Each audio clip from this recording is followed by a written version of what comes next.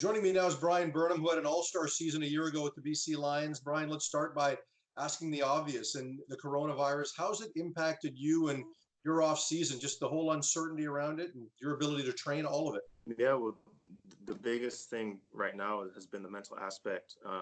Kind of at this point in the year, you're starting to really crank up the training and get ready for training camp opening next month. But with it being pushed back indefinitely right now, there's kind of that gray area of not knowing when the season is going to start, not knowing how hard you want to push yourself right now because you don't want to burn yourself out if you just don't know. And that's kind of the thing right now. It's usually when I'm cranking up the workouts, really getting after it. And I've kind of had to scale it back a little bit because I don't want to burn myself out. But there's just that part of me that it's possible that there isn't a season, and what do I do? And trying to motivate yourself to still get in there and still work out hard and still plan like there is going to be a season, but with that little part of you not knowing, it's tough. How hard is it for you timing wise? And listen, there are bigger problems in the world than a football season, but for you, it's what you do. You just turned 30, so happy birthday.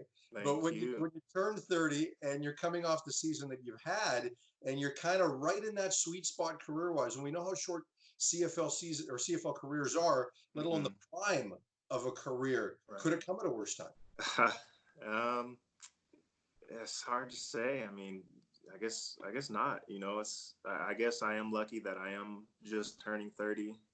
There still is a lot of football left ahead of me. I definitely believe that, but it is difficult because last year up in Vancouver, I finally found a trainer and a gym that really made a difference for me, and you saw that last season in the way I played. And I was actually getting prepared to. I was supposed to fly up there to Vancouver this weekend and start training with that team and at Fortius and in Burnaby, and I'm not able to do that. So that definitely kind of threw a wrench in my training. But I definitely have faith that I'm going to be able to find a way to make sure my body's ready to go whenever football does start back up. And but this time has been great. I'm able to spend it with my wife and with my in-laws and her brother, and it's been a good time. So um, yeah, there's things that kind of stink about the situation for me, but nobody should feel bad for me because I am in a great situation right now.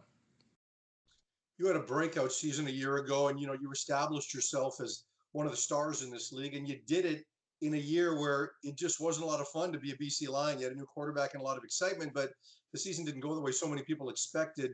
Just what are your expectations if there is a season? I mean, you've made some changes along the O-line, in the receiving core. Are there bigger expectations going forward? Absolutely. Um, I mean, we still have Mike Riley, so at the end of the day, um, we should be a good team because I think you put anybody around Mike Riley, he's going to make them better, and you saw he made me better.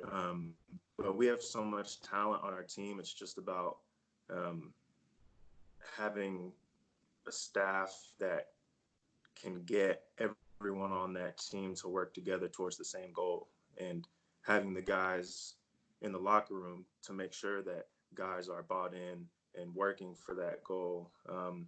I put a lot of last year on myself. There wasn't enough leadership there. Too many guys doing their own thing. So, I put that on myself.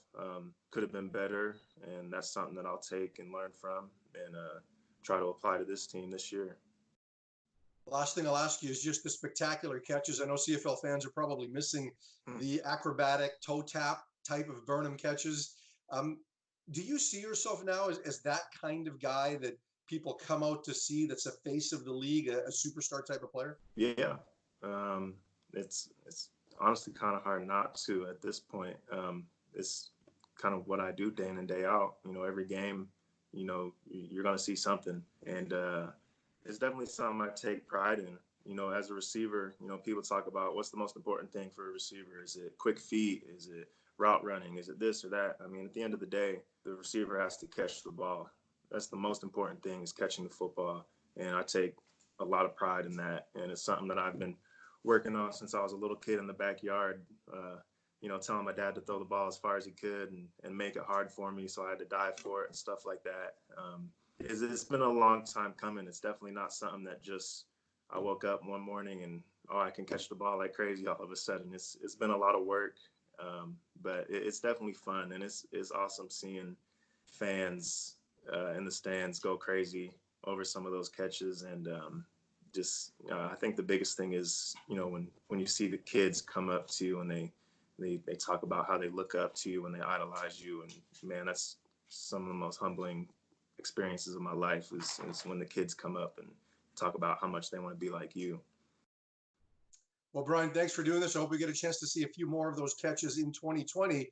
But regardless, have luck and enjoy the time with your I family. appreciate it, and I will. Same to you.